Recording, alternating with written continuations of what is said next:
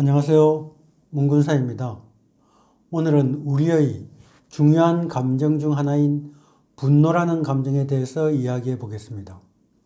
보복운전, 아동학대, 묻지마 살인 등등 각종 사건의 뒤에는 분노라는 감정이 도사리고 있습니다.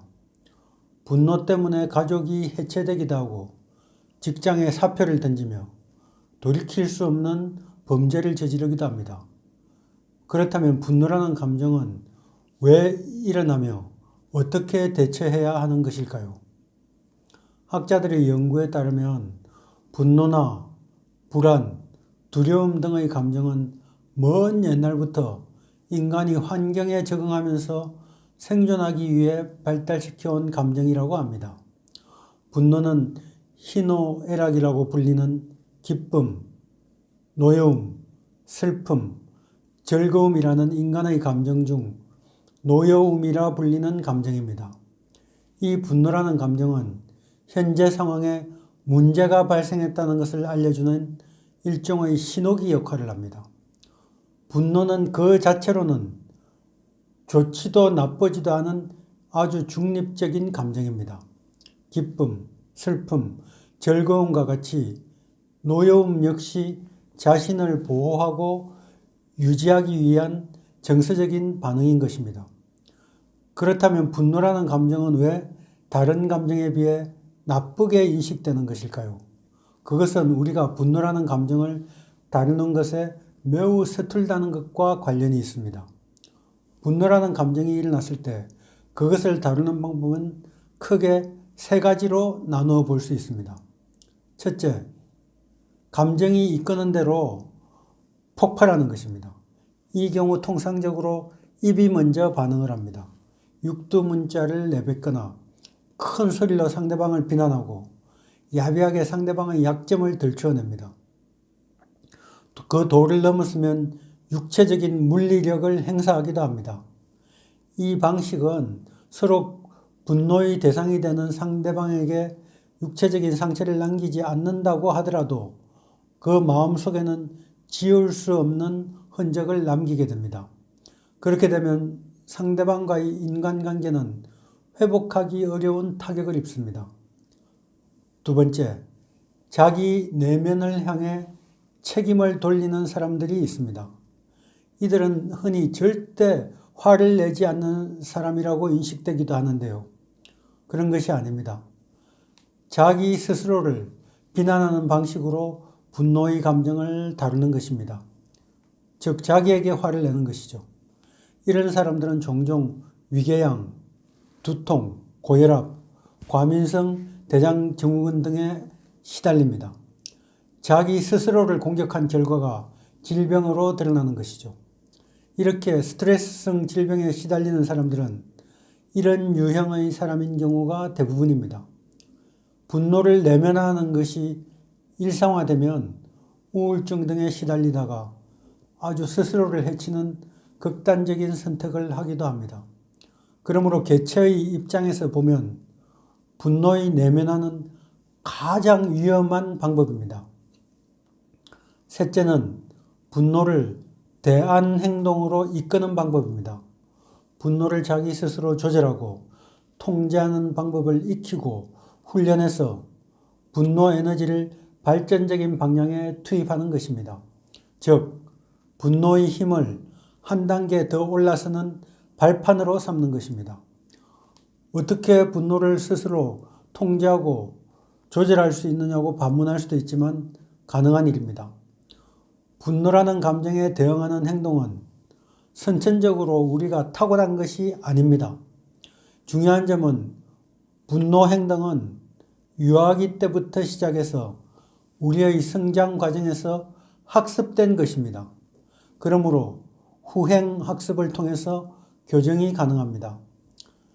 한 가지 예를 들어서 직장에서 김과장에 비해서 실적이 부진하다고 상사에게 심하게 꾸지람을 듣는 상황을 한번 가정해 보겠습니다. 경쟁 상대인 김과장과 비교를 당하다니 더욱 분한 마음이 듭니다. 이때 행동으로 옮길 수 있는 경우의 수는 크게 세 가지입니다. 첫째, 상사에게 대들고 사표를 던져버립니다.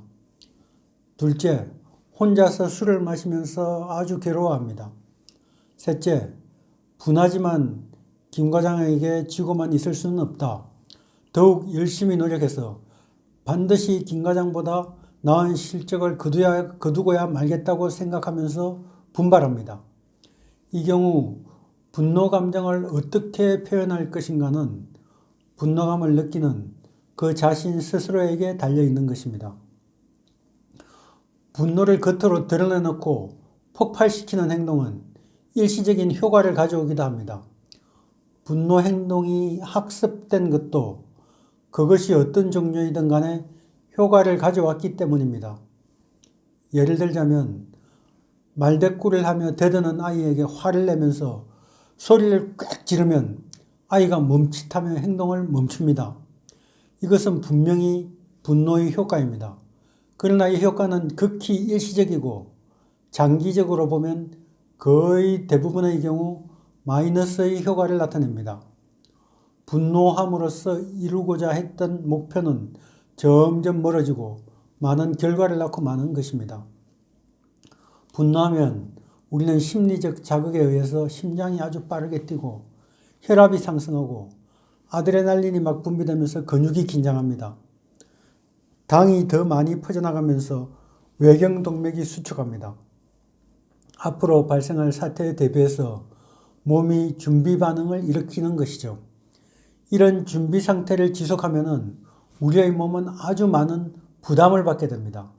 건강을 해치는 부정적인 결과를 가져온다는 그런 뜻입니다. 그러므로 분노 상태는 가능하면 빨리 해소하는 것이 좋습니다.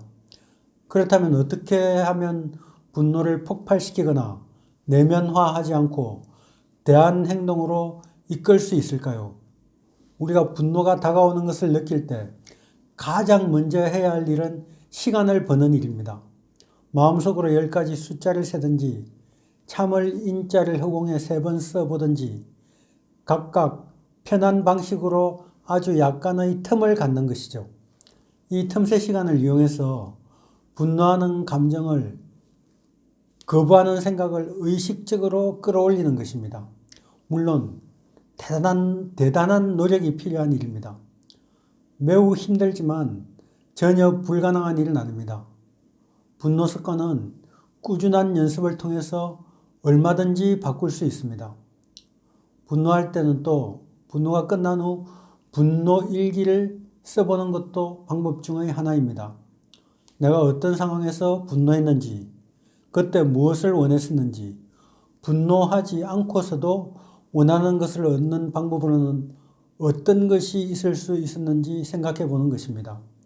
또 그 내용을 기록해 두고 틈틈이 읽어보면 분노 상황에 대한 연습을 할 수 있는 것입니다.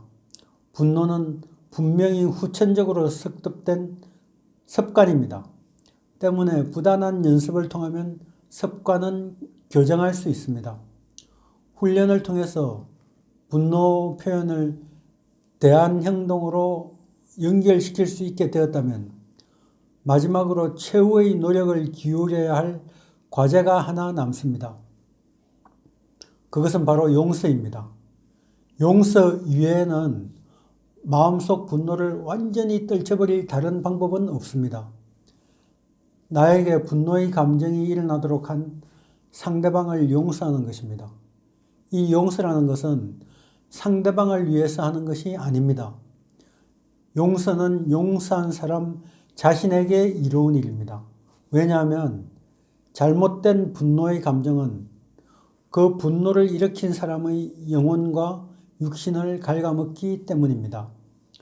오늘은 우리의 감정 중 매우 다루기가 어려운 분노라는 이름의 감정에 대해 이야기해 보았습니다. 감사합니다. 다음 시간에 또 뵙겠습니다.